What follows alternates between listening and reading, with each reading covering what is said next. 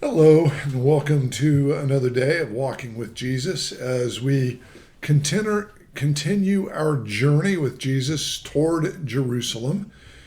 We've already seen the beginnings of the triumphal progression, and yesterday we talked about the fact that the very rocks would cry out. So today, as we move forward, we're going to see Jesus pause before heading into the city. And he's going to pause and he's going to weep over the city. And so we ended with, everyone crying out, "Blessed is the King who comes in the name of the Lord, peace in heaven and glory in the highest." And some of the Pharisees in the crowd said to him, "Teacher, rebuke your disciples." And he answered, "I tell you, if these were silent, the very stones would cry out." So today at Luke 19:41, "And when he drew near and saw the city, he wept over it, saying, 'Would that you, even you, had known on this day the things that make for peace, but now they are hidden from your eyes.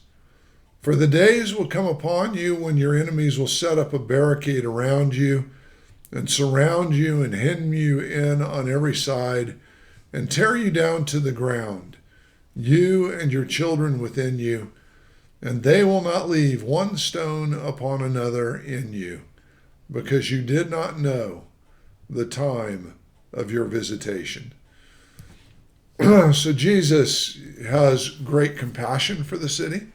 He has great emotion about this city, the city of David, the city that is the traditional home of the ruler of Israel. And he weeps over it.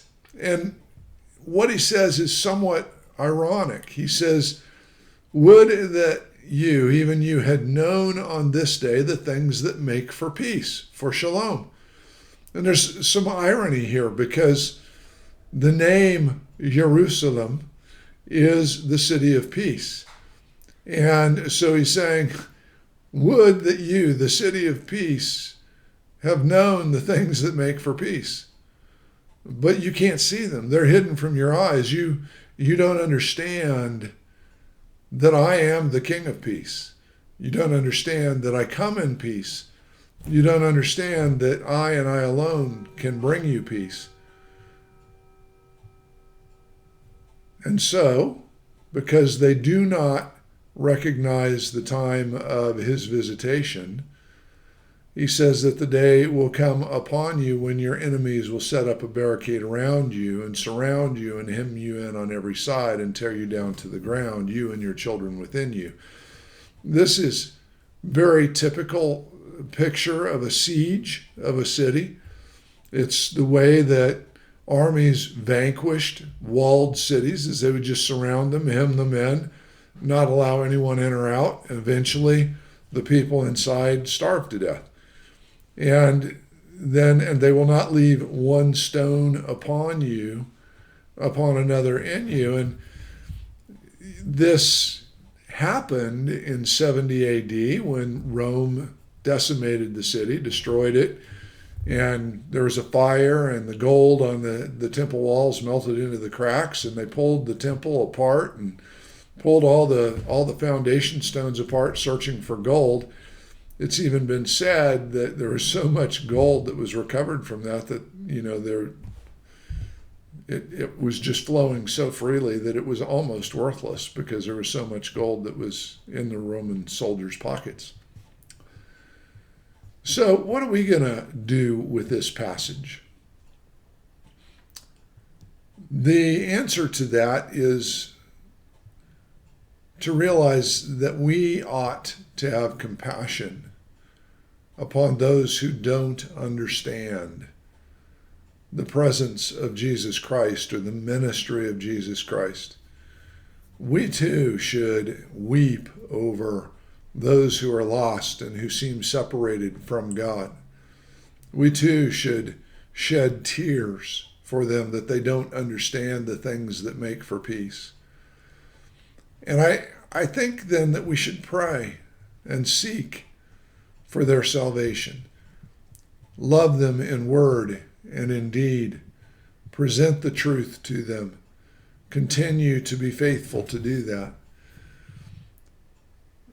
You know, Jesus, his words were prophetic words, and they came true. And when we don't recognize the time of our visitation, we can go down in disgrace and shame and sorrow as well. So it's really important for us to stay focused on Jesus and on his word and on his will, to desire his things and to have compassion for that which he has compassion for, and to work for peace and to wage peace instead of war. So as we think about this, we think about the heart of our Savior, and we think about the way that he reacted over the city that he knew was going to be responsible for his death. And he still cried over it. He still wept for them. He still sorrowed over them. Can we do the same? Would we have the same level of compassion over our enemies and those who would persecute us and despise us? I'm not sure I'm there. I'm not sure any of us are, but we can pray to become like that. So as we walk with Jesus and as we strive to become like him, we have a high calling. And the good news is he walks with us every step, and his Spirit will fill us, lead us, and guide us.